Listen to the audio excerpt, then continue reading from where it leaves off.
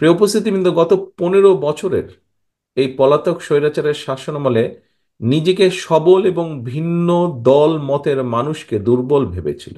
এ কারণে তারা বিএনপি সহ বিভিন্ন রাজনৈতিক দল এবং মতের হাজার হাজার মানুষকে কিন্তু গুম খুন অপহরণ করেছিল, ঘরবাড়ি ছাড়া করেছিল, মিথ্যা মামলা চালিয়েছিল, লক্ষ লক্ষ মানুষকে এরা হয়রান করেছিল।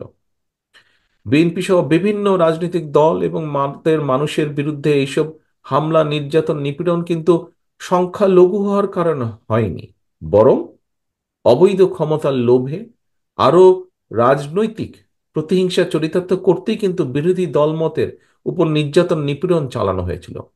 সুতরাং ধর্মীয় সংখ্যালঘু মানেই নিজেকে দুর্বল ভাবার কোনো কারণ নেই, বরং বাস্তবে যে কথা আপনাদের অনেকের বক্তব্য থেকেও বেরিয়ে এসেছে আজকে, এই স্বৈরাচারী দুর্বৃত্ত কিংবা ক্ষমতালোভীদের কাছে কিন্তু সংখ্যালঘু কিংবা সংখ্যাগুরু কেউই নিরাপদ না।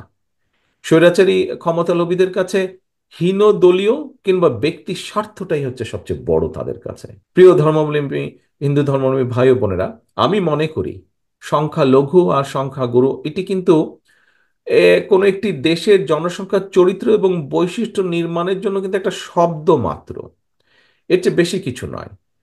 ধর্মীয় বিশ্বাসের দিক থেকে হিন্দু ধর্মাবলম্বী হিসাবে বাংলাদেশে আপনি সংখ্যালঘু, কিন্তু আপনি যদি পাশেই দেশে চলে যান, ভারতে যান, সেখানে কিন্তু আবার সংখ্যালঘু। আবার এই আপনি যখন চীন, মিয়ানমার কিংবা ইউকেতেও যদি আসেন, এখানে কিন্তু আমি বলেন, আপনি বলেন, আমরা সবাই কিন্তু এখানে সংখ্যালঘু। কাজে বর্তমান বিশ্বে কে সংখ্যালঘু আর কে সংখ্যাগুরু এটা কোনো গুরুত্বপূর্ণ বিষয় না, বরং একটা রাষ্ট্রে এবং সমাজে ইনসাফ এবং আইনের শাসন রয়েছে কিনা সেটি সবচেয়ে গুরুত্বপূর্ণ বিষয়, যেটি আমি ব্যক্তিগতভাবে দৃঢ়ভাবে বিশ্বাস করি। রাষ্ট্র ও সমাজের আইনের শাসন থাকলে আপনি, আমি, আমরা, সংখ্যালঘু কিংবা সংখ্যাগুরু যাই বলি না কেন, আইনের শাসনে সবাই আমরা নিরাপদ।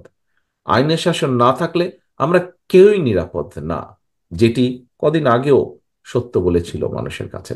গত 15 বছরের ফ্যাসিবাদী শাসনকালই কিন্তু এর সবচেয়ে বড় উদাহরণ। 15 বছরে যা হয়েছে আমরা দেখেছি। দেশে আইনের শাসন ছিল না বলেই কিন্তু প্রধান বিচারপতি হয়েও এস কে সিনহাকে অবিচারের শিকার হতে হয়েছিল। পলাতক স্বৈরাচারের আমলে দেশে আদালত আর আয়নাঘর প্রায় একাকার হয়ে গিয়েছিল।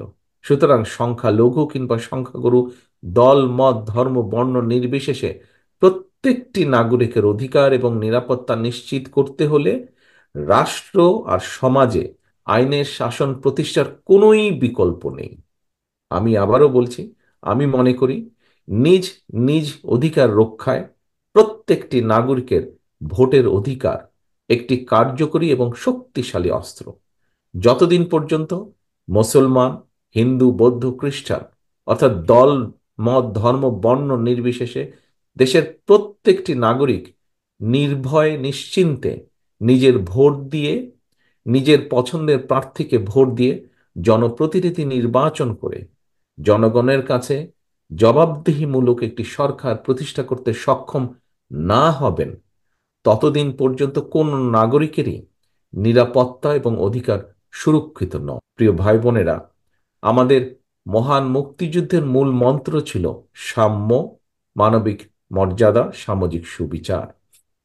ধর্ম, বর্ণ নির্বিশেষে বিশ্বাসী বলুন, অবিশ্বাসী বলুন কিংবা সংশয়বাদী, প্রত্যেকটি নাগরিক রাষ্ট্র আর সমাজে যার যার ধর্মীয়, রাজনৈতিক, সামাজিক, সাংস্কৃতিক অধিকারগুলো স্বচ্ছন্দে বিনা বাধায় উপভোগ করবেন, এমন একটি স্বাধীন রাষ্ট্র সমাজ বিনির্মাণের জন্যই মুক্তিযোদ্ধারা লাখো প্রাণের বিনিময় বাংলাদেশ স্বাধীন করেছিলেন।